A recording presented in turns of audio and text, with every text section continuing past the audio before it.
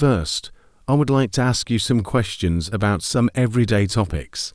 Let's start with leisure activities. Do you prefer reading books or watching movies? Why?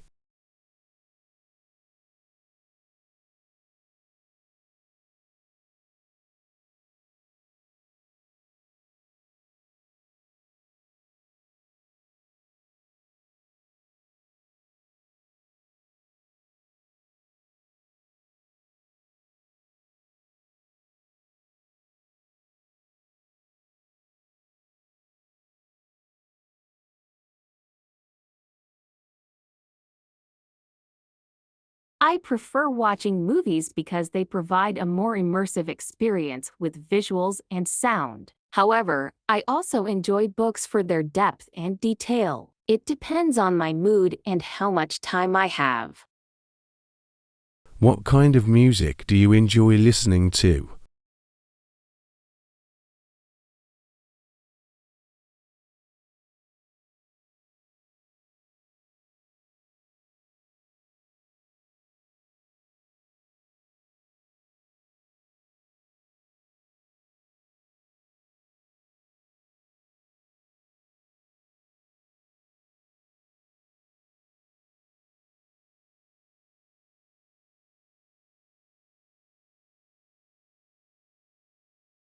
I enjoy listening to pop and acoustic music because they're upbeat yet relaxing. Sometimes I also enjoy classical music when I need to focus or feel inspired. My choice often depends on the activity or my emotions. How often do you exercise? And what types of exercise do you do?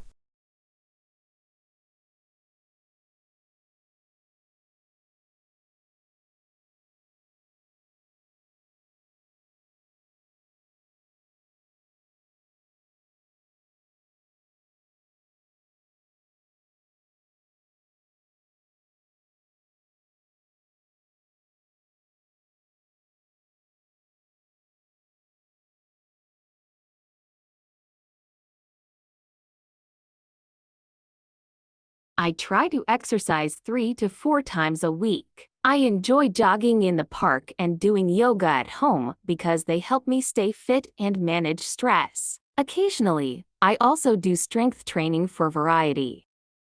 Do you like to travel? Why or why not?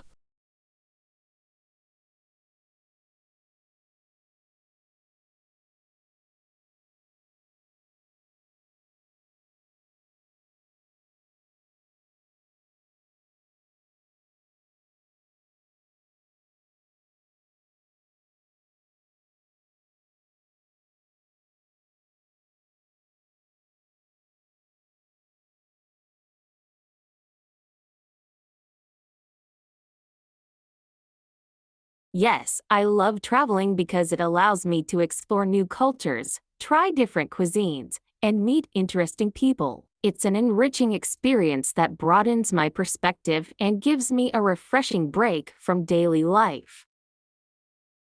Have you ever taken up a new hobby recently? If yes, what was it?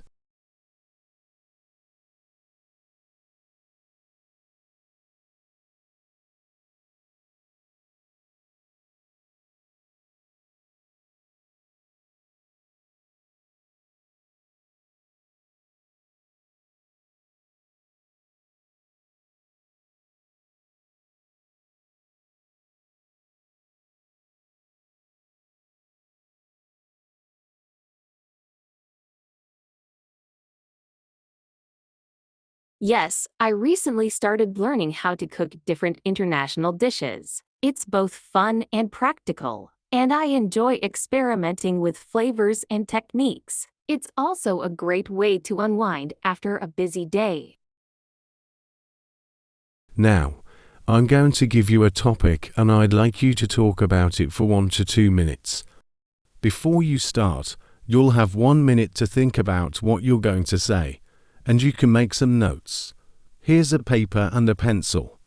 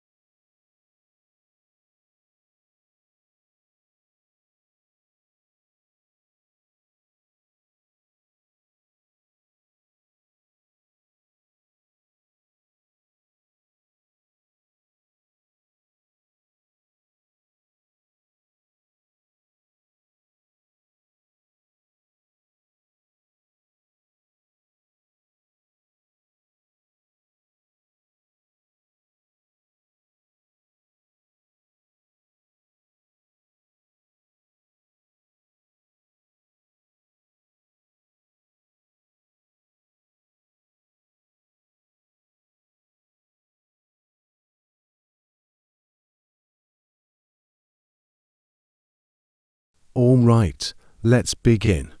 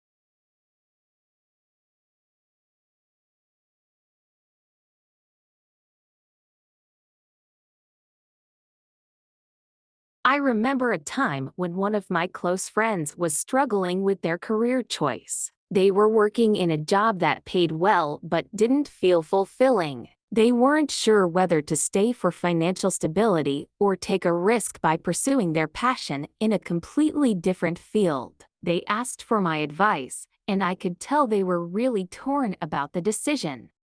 I advised them to think about their long-term happiness rather than just short-term gains. I explained that while money is important, spending years in a job that doesn't bring any satisfaction could lead to burnout. I encouraged them to explore their passion and see if there was a way to make it a sustainable career. I also suggested a more gradual transition, like taking up courses or freelance work in the new field before making a full switch. That way, they wouldn't be taking a huge leap without some safety net. A few months later, they decided to pursue their passion, and even though it was challenging at first, they told me it was one of the best decisions they ever made. They felt much happier, even with the initial uncertainty, and thanked me for giving them the push they needed to take control of their future. It felt good knowing I helped them in making such a life-changing decision. In the end, I believe that following your heart and finding a balance between passion and practicality is key. Now, I'd like to ask you some more questions related to the topic of making decisions. Why is it sometimes difficult for people to make decisions?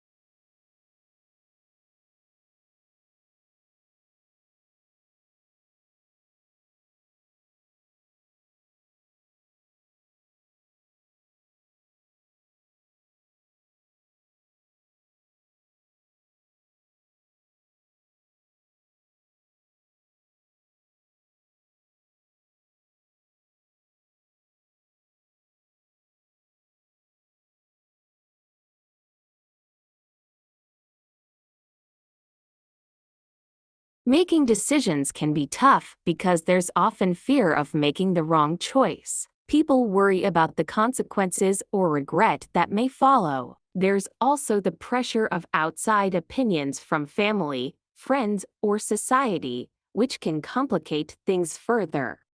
Another factor is uncertainty. When people don't have all the information or can't predict the outcome, they tend to overthink. Ultimately, it's the fear of the unknown or potential negative outcomes that make decision-making difficult.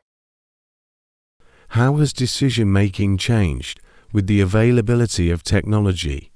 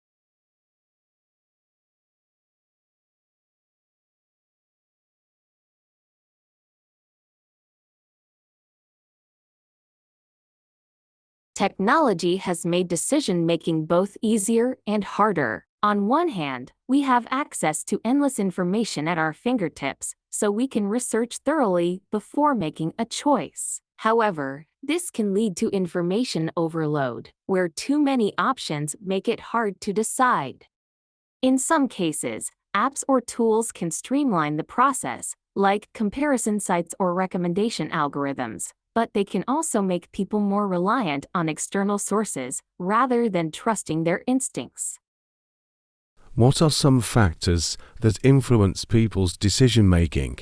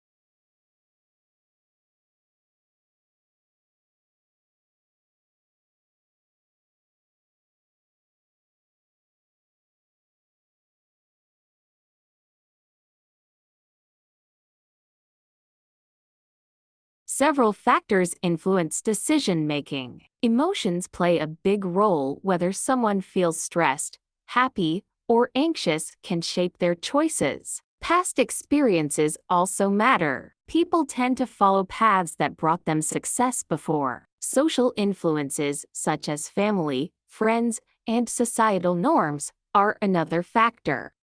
Finally, having enough information is crucial. Decisions tend to be more sound when people have the facts to weigh their options carefully. All these factors combine to shape how people make choices, whether in personal or professional contexts.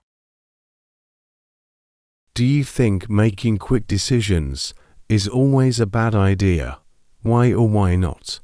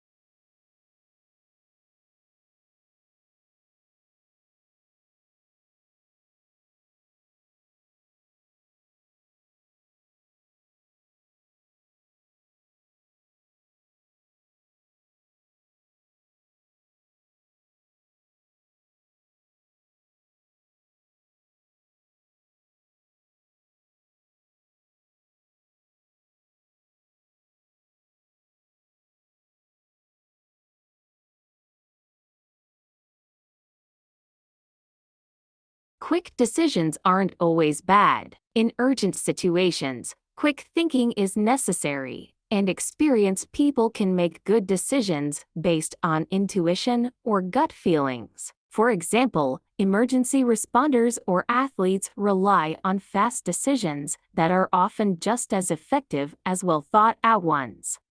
However, in more complex situations with high stakes, it's better to take your time and evaluate all the factors before deciding. So, quick decisions work in certain contexts, but not all. The key is knowing when speed is beneficial and when careful consideration is required.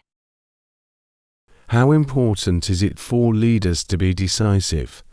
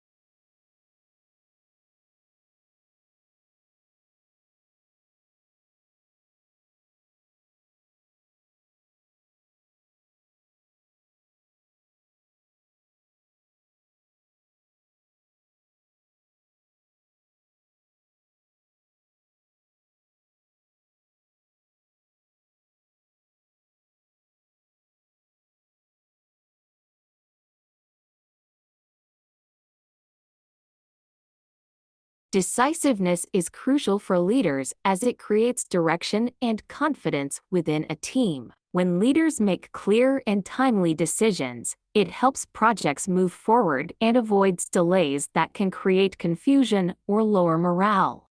However, being decisive doesn't mean rushing. It's about balancing timely decisions with careful thought. A decisive leader keeps things on track, but also knows when to pause and consider all options. Striking this balance is essential to ensure decisions are not only quick but also informed and well considered. This is the end of the speaking exam. Well done. Thank you.